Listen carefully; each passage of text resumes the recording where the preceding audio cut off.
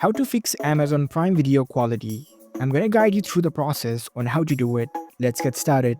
First of all, on your phone, launch the Amazon Prime Video app. After you are in the app, make sure that you are logged in with your account. Once you are logged in, you will see this kind of interface. Now, in order to fix your video quality, you need to go to the settings first. Here in this home screen, at the bottom right corner, you can see your account's icon. Tap on it.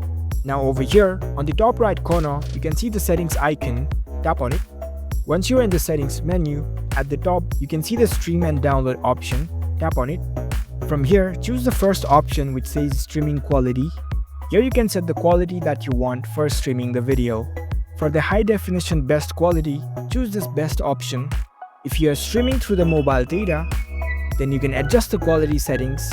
You can set it to good or better, or the data saver according to your needs. So you can adjust the quality according to your preference. If you go back, you also have the option to set the quality for the downloading video. Tap on this download quality option. You can choose the quality according to your preference and storage of your device. So that's it. That's how you can easily fix Amazon Prime video quality.